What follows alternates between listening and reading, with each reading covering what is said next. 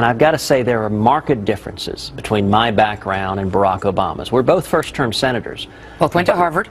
We both went to Harvard, but there are marked differences. In his time in the Senate, he was basically a backbencher. He did not lead on any issues of real significance.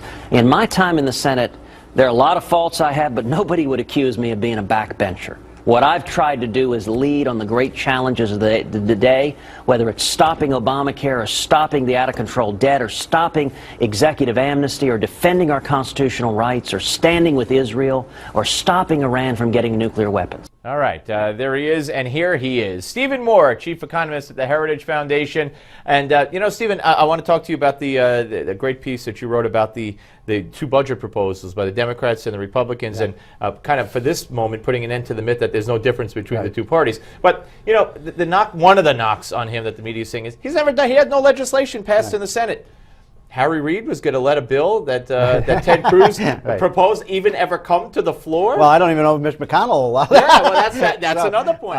But look, I'm a big Ted Cruz fan. I don't always agree with his tactics, but I love the fact that he's got a backbone of steel. Yep. I love the fact that he goes out there and fights. And, one of the points I've been making in the last couple of weeks is the strange thing in Washington right now, and, that's where I live and work, is that the Democrats are acting like they won the election, and the Republicans are acting like they lost the election. Absolutely. And of course, exactly the opposite happened. And only people like Ted Cruz are realizing, wait, we won a smashing victory. Yeah. Why are we in the fetal position? Why aren't we charging? And he's the man that Boehner and McConnell, specifically Boehner, accused at the time.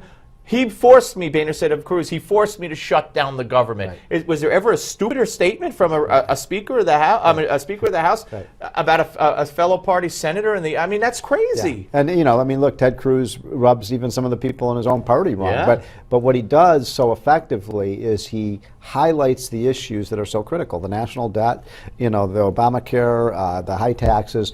So I'm all for him. Look, I don't have a horse in this race, but I think Ted Cruz is a great addition, and he'd be a great president. All right, now, and we're going to be, we mentioned this with Larry Kudlow. We'll see John Kasich tonight. Yeah, we're going to see John Kasich at the Four Seasons, so we're looking Larry forward to and that. I and Steve Forbes and Robert Laffer have created this new group called Committee to Restore American Prosperity, and it's off to a great start. We've all the candidates coming in, and I know you're coming tonight, and we'll have Carly Fiorina on Monday, and not only to sound them out, but also to try to, give them some policy advice, because we think growth is the most important issue. Very exciting. So it's a very good idea. The four of you are doing a great thing. Now, hey, Republican, Democrat, what difference does it make? How many times have you heard that? And as you point out, when it comes to the budget proposals, there's a $2.6 trillion difference over the next 5 years, or a $7.2 trillion difference over the next 10 years. That's quite a difference. So Obama put out this ridiculous budget 2 months ago, where he basically said, let's blow the lid off the budget again like we did in 2009 and 2010,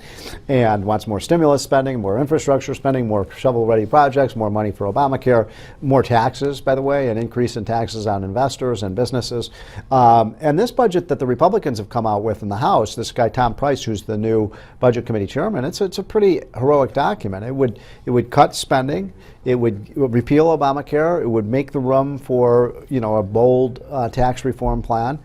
It would block grant these hundreds of programs that we have in Washington that we distribute money to the about 5 or 6 programs, and let this, give them less money, let them spend it the way they want. And a lot of governors say, sure, give us less money, let us spend it, we'll be fine. Absolutely, and take these cockamamie regulations away, but that'll never happen as long as they take their own money. That's the great thing about it. We did this, with welfare reform back in the mid-1990s. And when we did that and said to the states, you guys fix this thing, you deal with it, you had governors like Tommy Thompson of Wisconsin and John Engler of Michigan who said, okay, and you know what? They saw a big reduction in their caseloads, they moved people into work.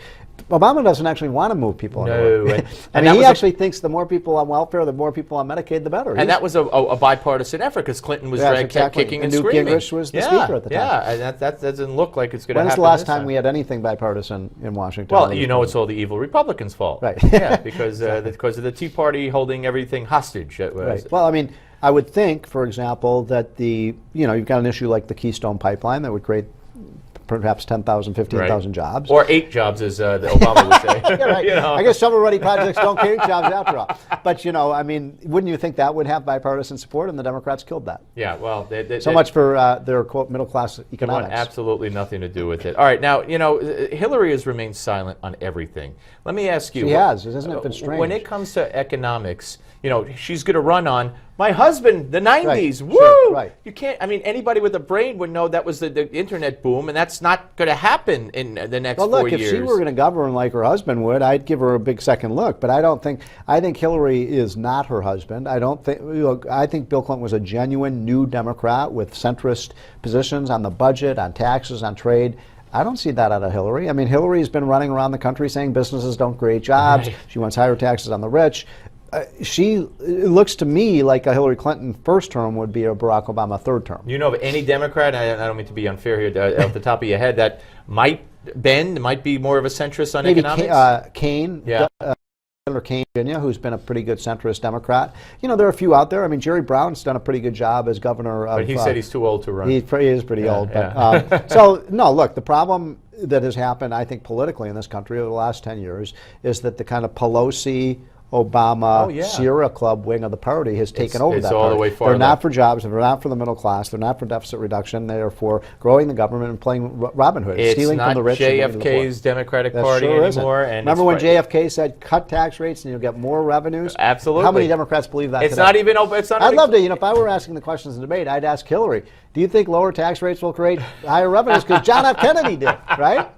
It's not even our husband's party anymore. Stephen Moore, ladies and not. gentlemen. Thank you, Thank Steve. you, Steve. Yeah, great to Appreciate be it. All here. right, we'll be back with the Malzberg panel.